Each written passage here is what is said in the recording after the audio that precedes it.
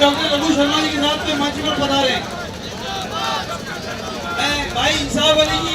आपका पुराना सोना भारत की नई ताकत। इस साल तनिष्क लेकर आया है एक अनोखी पहल, तनिष्क गोल्ड एक्सचेंज, जहां आप अपने पुराने सोने को नए गहनों में बदल सकते हैं, वो भी बिना किसी डिडक्शन के। तनिष्क गोल्ड एक्सचेंज अब वैशाली नगर अजमेर में उपलब्ध है। देखिए, ये दिल्ली की तानाशाह सरकार और राजस्थान में भी बीजेपी की सरकार है, तो डबल इंजन की सरकार जो गरीब के लिए कानून लाए गए थे, जो गरीब के लिए उसको आगे बढ़ने के लिए जो योजनाएं लाई गई थी, उनके सबको चेंज करने जा रही है। और आपने देखा होगा कि मनरेगा जो काम का अधिकार था, राइट टू वर्क का जो अधिकार दिया गया था, देश में नहीं दुनिया में पहला हिंदुस्तान में कानून था मनरेगा, जिसके तहत हर गरीब को, हर व्यक्ति को, देश का कोई भी नागरिक हो, वो अगर काम मांगे तो उसको काम दिया जाएगा। ये कानून था, मैंडेटरी था। आज उसका नाम ही परिवर्तन नहीं किया, बल्कि उस कानून की जो मूल आत्मा थी कि हर व्यक्ति को काम का अधिकार है, कॉन्स्टिट्यूशन के मुताबिक वो काम मांग सकता है, उसको खत्म कर दिया गया। 60-40 का रेशियो करके और स्टेट के ऊपर भार बढ़ा दिया गया। स्टेट के पास फंड नहीं होगा। और इसमें एक सबसे बड़ा जो परिवर्तन किया गया है, जिसका ऑब्जेक्शन है कि पहले कानून था कि काम मांगेगा तो काम मिलेगा, और अब केंद्र सरकार ये डिसाइड करेगी कि किसको बजट आवंटित करना है, किसको नहीं करना है, कहाँ काम देना है, कहाँ काम नहीं देना है। यानी इस कानून को योजना बना दिया गया, और योजना भी भारतीय जनता पार्टी या उससे समर्थित जो लोग होंगे उनकी सिफारिश के ऊपर वहां पर बजट आएगा, उन्हीं को काम मिलेगा जो भारतीय जनता पार्टी को वोट करेगा। तो इससे बड़ा दुर्भाग्य क्या हो सकता है? आम व्यक्ति, गरीब व्यक्ति जो अपना जीवन यापन कर रहा था, जिसका जीवन स्तर सुधरा था इस कानून के बाद में, और पूरी दुनिया में इसकी वाहवाही हुई थी कि हिंदुस्तान एक ऐसा प्रदेश है जहां राइट टू एजुकेशन के बाद में राइट टू वर्क मिला है।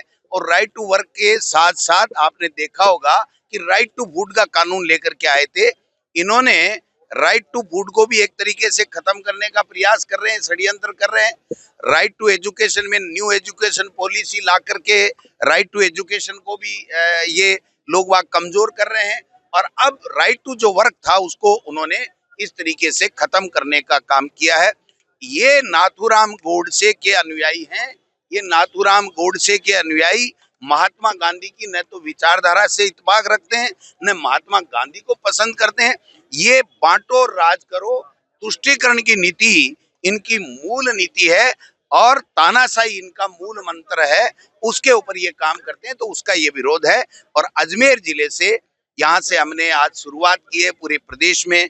भाई साहब, उनको ये पूछो कि आपकी 11 साल 12 साल की इसके अंदर कितने लोगों को आपने 125 दिन या 100 दिन का रोजगार दिया? 46 दिन का औसतन बैठा है, और 23% का खर्चा भी बजट में इन्होंने दिया नहीं है। तो ये 100 दिन और 125 दिन, आप 125 दिन दे रहे तो इसको 125 दिन कर देते। इसकी मूल आत्मा कि जो पहले ग्राम पंचायत में जाकर के जो गरीब फार्म भर के ये कहता था मुझे काम चाहिए, और उसको काम देना एक कानून था, अनिवार्य था संविधान के मुताबिक, कानून के मुताबिक, उसको काम ही नहीं मिलेगा। वो कहाँ जाएगा? वो मोदी जी के पास जाएगा, बीजेपी के एमएलए के पास जाएगा, बीजेपी के ये जो पर्ची से बने मुख्यमंत्री उनके पास में जाएगा। और वो मिल जाएंगे क्या? इनकी जो जन सुनवाई थी केवल कार्यकर्ताओं की, जन सुनवाई नहीं थी जनता की, वो भी अनिश्चित काल के लिए 3 दिन में ही अनिश्चित काल के लिए स्थगित कर दी गई है, खत्म कर दी गई है। तो आप समझ सकते हो कि गरीब कहाँ जाएगा और किसको। देखिए, ग्राम पंचायत ही इसका मूल आधार था कि किसको कौन सा काम चाहिए, और उसका वहां पर कार्य योजना बनती थी, वो जिला परिषद में पास होता था, और उसके बाद में उसके मुताबिक वो जब काम मांगता था तो कार्य सैंक्शन होते थे। अब तो ऊपर से चिट्ठियां आएंगी, जैसे मुख्यमंत्री बनने की चिट्ठी आई वैसे चिट्ठी आएगी यहाँ तो, कि इसको देना है, इसको नहीं देना। मैं आपको एक और खुलासा करना चाहता हूँ कि अभी जो अतिवृष्टि हुई है उसमें जो मुआवजा इन्होंने देने का प्रावधान किया है, वो केवल और केवल बीजेपी के एमएलए जहां हैं वहीं मुआवजा देने का किया गया, वहीं खराबा बताया गया है। कांग्रेस का अगर कोई जीता हुआ है तो वहां मुआवजा नहीं मिलेगा। तो जब उस जो रिलीफ फंड को भी इस तरीके से दुरुपयोग कर रहे हैं, तो ये तो कानून ही बना दिया इन्होंने कि जहां मर्जी आएगी केंद्र सरकार तय करेगी, वहां पैसा मिलेगा, नहीं तो नहीं। जब महामहिम राष्ट्रपति महोदय ने इसमें साइन कर दिए, तो अब न तो काम मिलेगा, न पीछे का बजट कब मिलेगा, किसी को अता पता नहीं है। किसी अधिकारी से, हम कलेक्टर से, सीओ से बात करते हैं, तो वो कह रहा है भाई साहब नरेगा तो भूल जाओ, काम की बात भूल जाओ, पीछे का पेमेंट तो भूल जाओ।